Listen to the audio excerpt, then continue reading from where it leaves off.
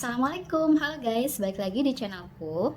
Kali ini aku mau sharing, aku mau berbagi pengalaman.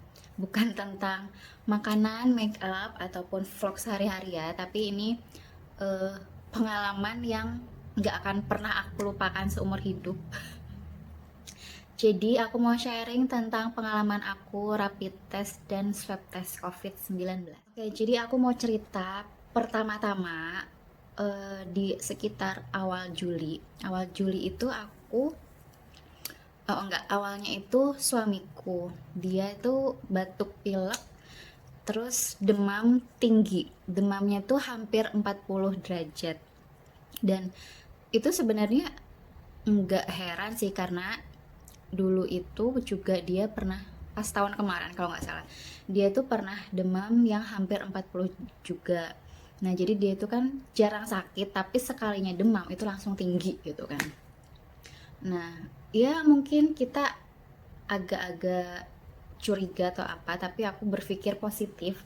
Dia batuk pilek demam terus udah tuh cuma 2 hari demamnya turun. Terus 2 hari kemudian dia demam lagi, tapi nggak setinggi yang kemarin. Kayak cuma 38 sekian gitu kan, hampir 39. Nah, itu di situ aku curiganya kalau nggak tipes DB. Jadi kejadiannya itu udah sekitar 5 hari. 5 harian lah ya dia demamnya naik turun, tapi dia juga masih aktivitas ya kerja kayak biasa. Nah, jadi misalkan nih dia demamnya hari Rabu, terus hari Sabtunya itu aku ikut meriang. Nah, jadi dari Jumat malam itu udah badanku tuh udah linu-linu rasanya tuh. Jadi kayak kalau kena dingin tuh kayak linu gitu kan. Nah, pagi-paginya itu badanku demam, ya cuma sampai 38 lah, 38. Jadi kalau aku tuh kalau demam nggak pernah tinggi-tinggi banget, nggak, paling ya sekitar 38-an. Terus badanku nggak enak, kepalaku sakit ya kan. Nah udah gitu ya udah aku minum obat sakit kepala dan demam aja ya, paracetamol kayak gitu. Nah terus siangnya suamiku demam lagi gitu kan, jadi kita tuh sakitnya tuh barengan. Cuma kalau aku itu nggak ada batuk flu-nya gitu kan. Dan aku curiganya wah ini jangan-jangan tipesku kambuh gitu kan, karena aku juga pernah tipes itu 2 atau 3 kali, cuma memang nggak pernah dirawat di rumah sakit gitu kalau pas sakit tipes. Nah setelah itu hari Seninnya sebelum berangkat kerja jam 6 pagi itu kita cek lab dulu, karena lab itu jam 6 pagi kan udah buka. Kita ke lab dulu, kita cek Widal ya, cek untuk tipesnya itu. Dan hasilnya itu pas pulang kerja aku ngambil hasilnya dan ternyata memang ada bakteri. Jadi kalau di Widal kan itu ada bakteri Salmonella sama bakteri Paratipi. Nah, yang Salmonellanya itu memang ada salah satu yang positif lah ya ibaratnya, yang ada angkanya, muncul angkanya. Terus wah ya udah ini gejala tipes nih. Karena kalau yang tipes benerannya kan udah mungkin udah positif semua ya, karena dulu aku pernah sekitar 3 tahun yang lalu aku tipes yang paling parah itu memang udah positif semua dan angkanya udah tinggi-tinggi gitu kan. Cuma kalau ini baru salah satu dan angkanya ya masih berapa ya, lupa, 120 apa 180 gitu. Nah udah gitu malamnya Senin malam itu kita ke dokter BPJS ya yang deket rumah. Itu kita ke dokter, kita ya biasalah diperiksa, terus dokternya juga lihat hasil labnya. Terus dokternya bilang apa, kalau gejala tipes nggak terlalu parah kok gitu kan, tenang aja, ya paling cuma sakit kepala. Terus suamiku juga sama, tapi dia tuh dikasih obat apa ya yang buat batuknya gitu, cuma tuh dikasih obat kayak buat obat bronkitis kayak gitu karena dia kan batuk-batuk. Nah setelah itu jadi itu kita tuh cuti, bukan cuti, izin sakit itu 2 hari ya surat dokter.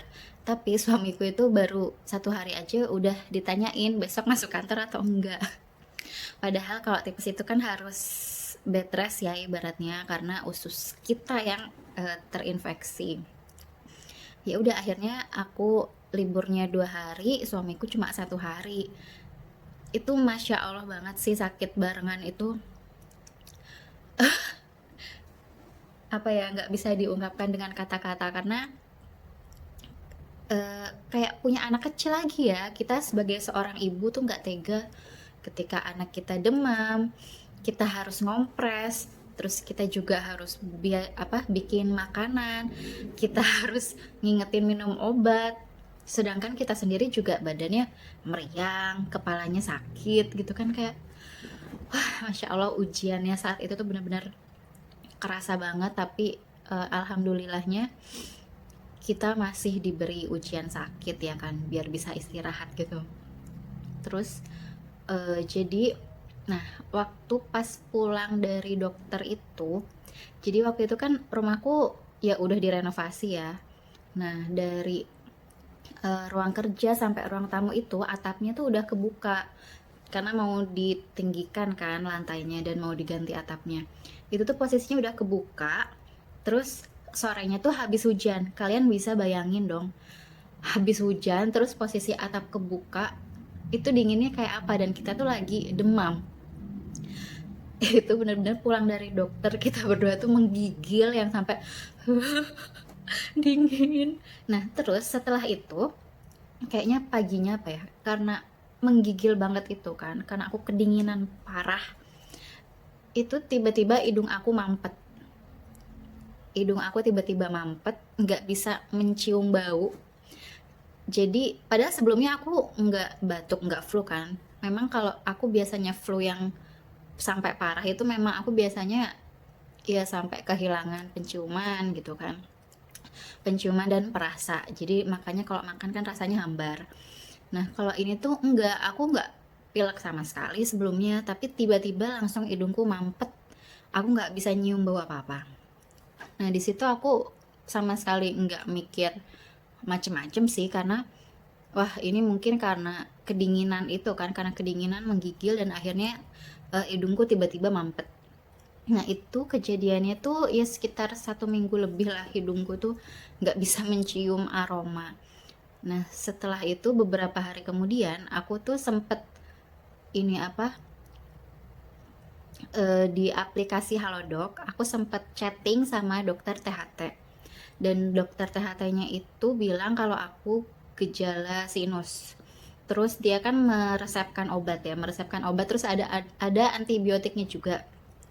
Tapi saat itu karena keadaannya aku lagi di luar, jadi aku nggak pesan lewat aplikasinya, aku langsung datang ke apotik.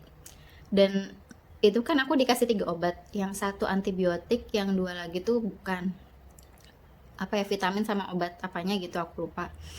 Nah terus aku hanya bisa nebus 2 obatnya itu, karena kalau antibiotik itu tetap harus lewat aplikasi. Ya udahlah nggak apa-apa, nyoba dulu kan selain pakai antibiotik. Terus si apotekernya itu juga nyaranin minum imbus yang forte itu malah sehari 2 kali. Padahal setahu aku kalau minum vitamin itu sehari sekali aja cukup ya. Cuma ya gak tau lah. Akhirnya aku ya memang udah ada apa vitamin sih. Nah jadi setelah itu kan kejadiannya ibaratnya minggu ini.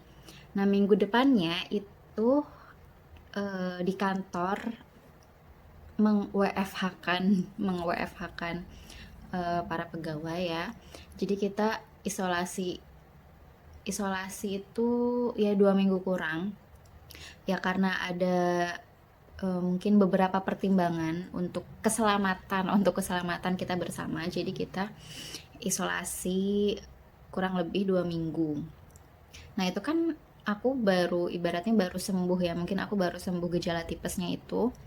Terus aku WFH kurang lebih 2 minggu, dan saat WFH itu pun aku nggak yang namanya jemur badan gitu, berjemur gitu enggak. Aku tapi tetap minum vitamin sama minum bir brand hampir tiap hari. Nah biasanya itu aku jadi akhir-akhir ini aku kan mengkonsumsi Milagros ya, aku konsumsi air kesehatan. Nah saat 2 minggu WFH itu aku sama sekali nggak minum, karena pertimbangannya itu karena agennya itu lebih deket ke kantorku, jadi kalau nganter ke rumah tuh kayak terlalu jauh aja, aku kasihan malahan. Nah akhirnya aku nggak pesen, terus kata suamiku juga ya udah minum air biasa aja, ya udah. Oke. Nah aku pun saat itu tidak merasakan gejala apa-apa, baik-baik aja gitu kan. Nah setelah hari H tiba, jadi hari Senin nih, hari Senin, terus waktu itu ada rapid test gelombang kedua di kantor. Jadi rapid test gelombang pertama itu saat aku sakit tipes, jadi aku nggak bisa ikut rapid test. Nah, yang pas habis WFH 2 minggu itu baru ada rapid test lagi di hari Rabunya. Jadi pas hari Rabu itu aku juga pesen Milagrosnya itu kan, aku pesen 1 dus. Terus paginya itu rapid test, siangnya keluar hasilnya, dan entah kenapa itu aku melihat situasi sekitar kok kayak perasaanku nggak enak ya. Ada apa ya, aku kok jadi takut. Terus eh, pas udah mau diumumkan itu aku disuruh ikut, ayo Mbak Riri ke depan yuk. Wah ada apa nih, aku semakin curiga. Nah jadi rapid test yang gelombang 2 ini memang ada orang dari puskesmas wilayah kantor ya, dari karena kita menyurat ke Dinkes dan mereka apa ya beratnya menurunkan tugasnya itu ke puskesmas. Sedangkan rapid test yang gelombang pertama itu hanya internal. Jadi petugas yang melakukan rapidnya itu adalah laboran kita sendiri. Nah, otomatis rapid test yang gelombang kedua ini kan ada orang luar ya, ada orang luar. Terus sistem pengambilan sampelnya juga berbeda. Kalau yang pertama yang sama orang intern itu dari jari, tapi kalau yang dari puskesmas itu dari sini, apa dari vena ya, dari situ. Nah terus ya udah tuh setelah aku dipanggil ke hall dan itu ada beberapa orang karyawan, terus ada dari puskesmasnya, oh ada dokternya juga, terus sambil ngasih arahan kan, sambil ngasih arahan tentang rapid test yang reaktif itu seperti apa, terus nanti kelanjutannya bagaimana kayak gitu. Terus aku di situ udah kok feelingku makin nggak enak ya. Saat awal-awal itu belum dijelasin kenapa kita dikumpulin di situ tuh, enggak, cuma dokternya langsung memberikan arahan bla bla bla bla, dan akhirnya dikasih tau lah kalau hasilnya itu ada 3 orang yang reaktif dan salah satunya aku. Jeng jeng jeng. Itu kayak ada petir di siang bolong gitu kan, shock pasti, terus kayak pengen nangis pasti, tapi aku berusaha untuk menahan itu semua biar aku nggak panik, biar yang lainnya pun nggak panik. Dan memang sebenarnya kalau kata dokternya itu hasil rapid itu tidak apa ya, tidak menentukan. Jadi bisa jadi hasilnya reaktif rapidnya tapi swabnya negatif, dan bisa aja hasil rapidnya non reaktif tapi ketika di swab dia ternyata malah positif. Intinya setelah hasil ini keluar, kita isolasi mandiri, terus kita menjalani hidup sehat biar menjaga imun kita, dan kita juga harus mengelola manajemen stres ya. Intinya kita nggak boleh stres, karena kebanyakan orang-orang itu ketika udah tahu hasilnya reaktif terus dia stres, akhirnya sistem kekebalan tubuhnya kan menurun ya kan. Dan aku juga nggak mau sampai itu terjadi. Akhirnya aku menguatkan hati menguatkan diri ya. Sebenarnya saat itu aku panik sih, karena duh suamiku gimana nih gitu kan, karena yang satu rumah sama aku kan suamiku. Kalau sama mertuaku kan kita nggak satu rumah kan, mertuaku di sebelah rumahnya. Terus aku telepon dia lama banget nggak diangkat-angkat karena katanya ada tamu, dan aku akhirnya aku bilang kan kalau hasilnya reaktif. Terus kamu gimana, bisa bisa ke kantor apa enggak gitu untuk cek juga misalkan gitu. Ternyata dia nggak bisa, terus dari orang puskesmasnya juga oh ya udah nggak apa-apa gitu. Kalau misalkan nanti swabnya positif itu baru suaminya dicek sekalian, tapi untuk saat ini nggak usah, nggak perlu, karena nanti untuk tindak lanjutnya itu kan kita harus swab lagi. Dan setelah pulang dari kantor itu sekitar habis asar ya, setelah asar sampai rumah itu aku langsung minum Milagrosnya itu kan, langsung aku minum setengah botol, dan setelah itu aku langsung beser sampai isya. Itu aku mungkin 1 jam sekali itu aku buang air kecil. Ya memang bagus itu kan untuk membuang detox ya kan, untuk membuang detox untuk mendetoks tubuh kita. Jadi kalau minum Milagros itu kan memang ada jam-jam yang dia lebih disarankan ya kan, pagi-pagi bangun tidur, terus sore sekitar jam 5 jam 4-an, karena keadaan perut kita kan lagi kosong sama lagi mau tidur. Jadi aku minum Milagrosnya saat itu ya 1 botol 1 hari aja, sesuai dengan jam itu ya kan. Nah terus setelah itu ya udah tuh aku kayak ngerasa wah badanku udah enakan nih gitu setelah minum Milagros kan, karena ibaratnya dia mendetoks racun-racun di tubuh kita melalui urin itu kan. Nah setelah itu aku mikir kalau di swab itu kan dari mulut sama dari hidung. Kalau dari mulut itu kita bisa dengan minum, tapi kalau dari hidung itu pakai apa ya, aku tuh mikir. Dan akhirnya aku juga pernah baca sih dari grupnya Milagros itu memang bisa untuk muka itu kan pakai botol spray. Dan aku juga ingat mamaku itu pernah bilang kalau dia kan dia tuh nuangin air Milagros ke botol spray yang kosong ya kan, terus disemprotin ke hidung pas hidungnya lagi gatel. Jadi aku inget ceritanya mamaku waktu itu, dan aku untungnya waktu itu juga dibawain botol spray kosong, dan akhirnya aku nyoba, terus aku semprotin ke hidung nih, aku sambil kayak gini terus biar airnya masuk.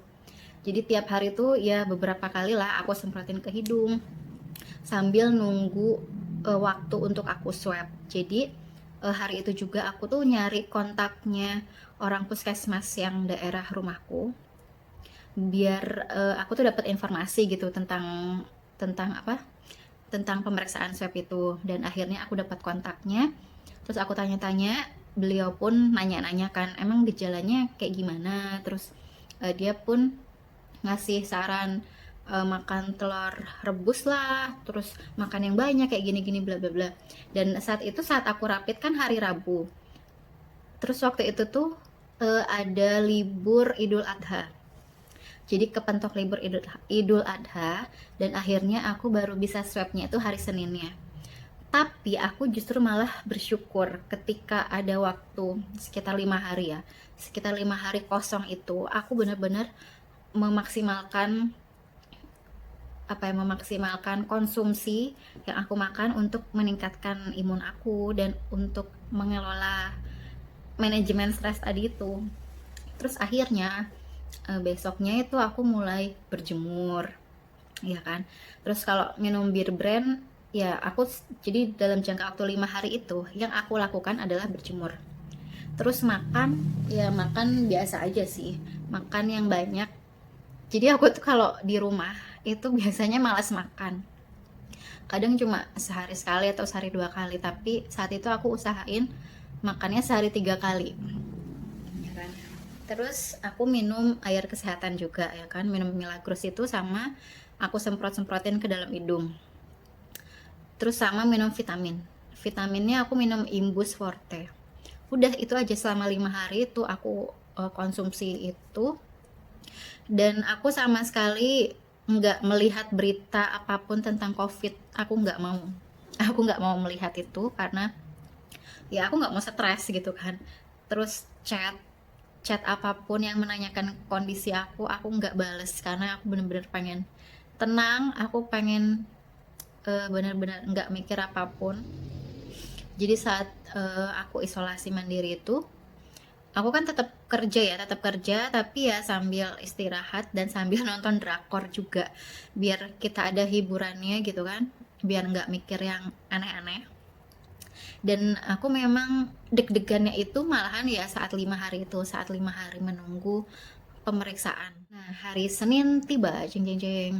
Aku janjian jam 9 ke puskesmas dan itu masih sepi dong. Terus petugasnya juga belum siap.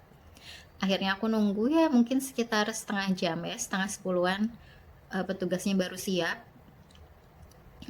Dan aku tuh nomor antrian pertama. Jadi setelah aku masuk itu malah justru yang di luar antriannya jadi banyak. Jadi pas aku masuk itu pertama, terus ada yang masuk bareng sama aku. Jadi petugasnya ada 2. Terus kita masuk bareng tuh ada ibu-ibu. Jadi si ibu-ibu ini dia tuh katanya rutin rapid test setiap 2 minggu sekali.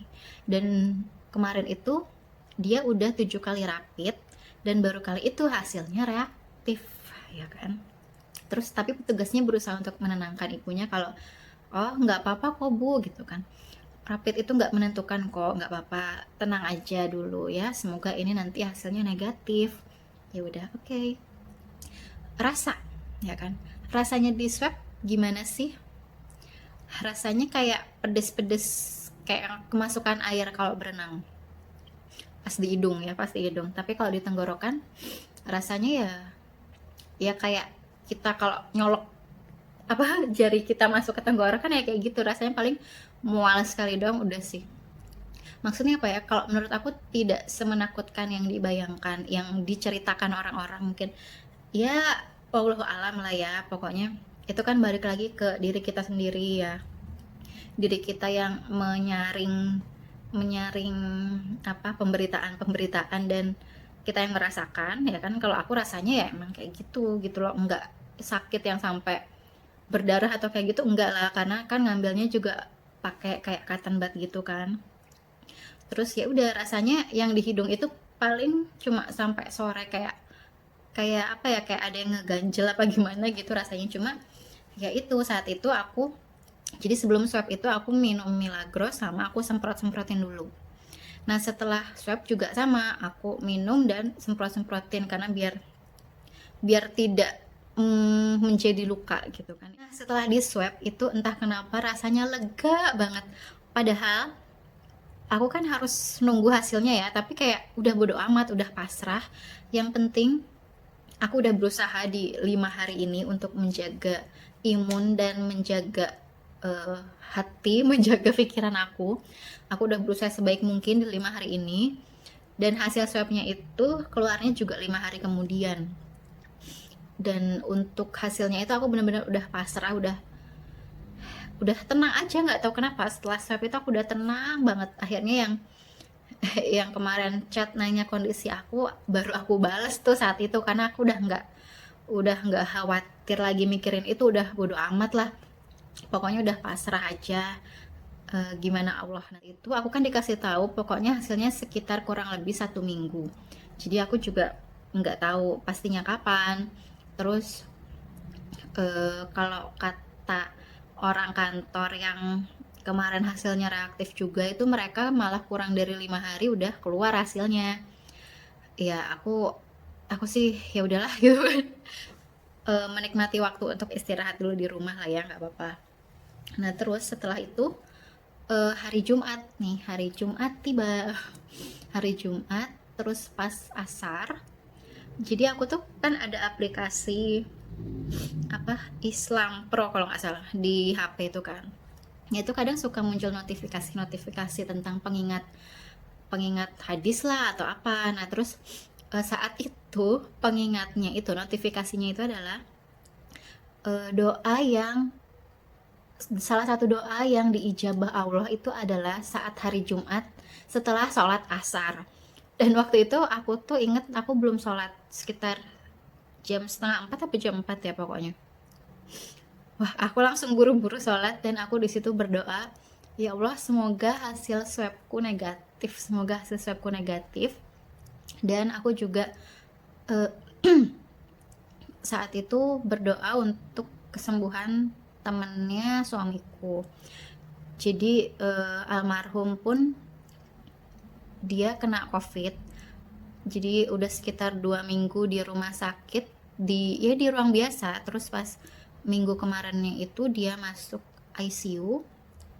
Dia masuk ICU dan ya saat hari Jumat itu doaku dua itulah pokoknya, hasil swab aku negatif dan semoga temannya suamiku itu juga bisa sembuh gitu kan. Karena kita ya cukup lumayan deket lah gitu kan sama almarhum. Terus ya udah akhirnya setelah asar tuh pas mau maghrib, jadi pas mau maghrib aku habis mandi atau habis wudhu ya aku lupa, ada WA tuh, jeng jeng jeng. Terus aku buka WA dan apa sih namanya, profil picture-nya itu DKK Semarang kan, Dinkes Kota Semarang. Aduh itu aku deg-degan banget bukanya karena posisinya aku juga sendirian di rumah kan, suamiku belum pulang kantor. Aku pokoknya Bismillah Bismillah Bismillah dan di situ ada keterangan bla bla bla bla bla, dinyatakan negatif. Ya Allah, rasanya tuh kayak nangis ya. Aku waktu itu langsung nangis, langsung sujud syukur. Alhamdulillah banget pokoknya, Masya Allah. Benar-benar COVID-19 ini benar-benar membuat orang apa ya, deg-degan, membuat orang khawatir. Dan itu kan hari Jumat ya, hari Jumat. Terus minggu depannya, Jumat depannya itu ya kita dapat kabar kalau temennya suamiku itu meninggal. Ya itu aku shock juga sih, kaget karena ya itu tadi, karena kita juga lumayan dekat. Kalau misalnya ngetrip, suamiku juga kalau misalnya pas lagi video call kadang suka ikut nimbrung gitu kan. Terus humble lah, orangnya humble banget, baik banget, ramah banget. Makanya itu hal-hal yang gak bisa aku lupain dari almarhum. Ya kita merasa kehilangan lah. Sampai saat ini pun aku kalau inget masih suka sedih karena baik banget orangnya. Udah jadi nangis. Udah segitu aja ya ceritaku, daripada makin panjang lebar dan aku makin sedih kalau inget. Pokoknya yang pasti sekarang ini di masa pandemi ini yang nggak tahu kapan selesainya, kita patuhi protokol kesehatan. Karena sekarang kan ada istilah-istilah baru ya untuk gejala-gejala COVID. Ada yang orangnya sehat-sehat tapi dia bisa mati mendadak karena apa namanya, hipoksia atau apa itulah namanya. Jadi kita sehat tapi ternyata kandungan oksigen di tubuh kita kurang dari berapa persen gitu kan, jadi bisa menyebabkan kematian mendadak. Ya itulah, ya kita tahu hidup itu udah ada yang ngatur, kita udah ditakdirkan oleh Allah, itu kita udah ada jalannya gitu. Cuma kita juga nggak ada salahnya untuk mencegah, kita juga nggak ada salahnya untuk menjaga kesehatan ya kan. Terus ya udahlah itu aja, aku nggak bisa ngomong apa-apa lagi. Pokoknya intinya jaga kesehatan dan tetap jaga protokol kesehatan juga, jangan lupa minum vitamin. Terus saat ini juga aku masih minum air kesehatan ya namanya kita ikhtiar ya kan, kita ikhtiar untuk menjaga semuanya ya, keluarga kita, teman-teman kita, apapun itu yang positif ya kita sharing aja lah, kita sharing. Dan semoga sharing pengalaman aku ini bisa menjadikan ilmu baru untuk teman-teman semua. Dan maaf juga kalau misalnya aku ada salah-salah kata atau ada salah-salah sebutan, aku bukan orang kesehatan. Itu dulu video dari aku, semoga cerita aku tadi bermanfaat untuk kalian semua. Jangan lupa subscribe, like, komen, dan share ke sosial media kalian. Dadah, assalamualaikum.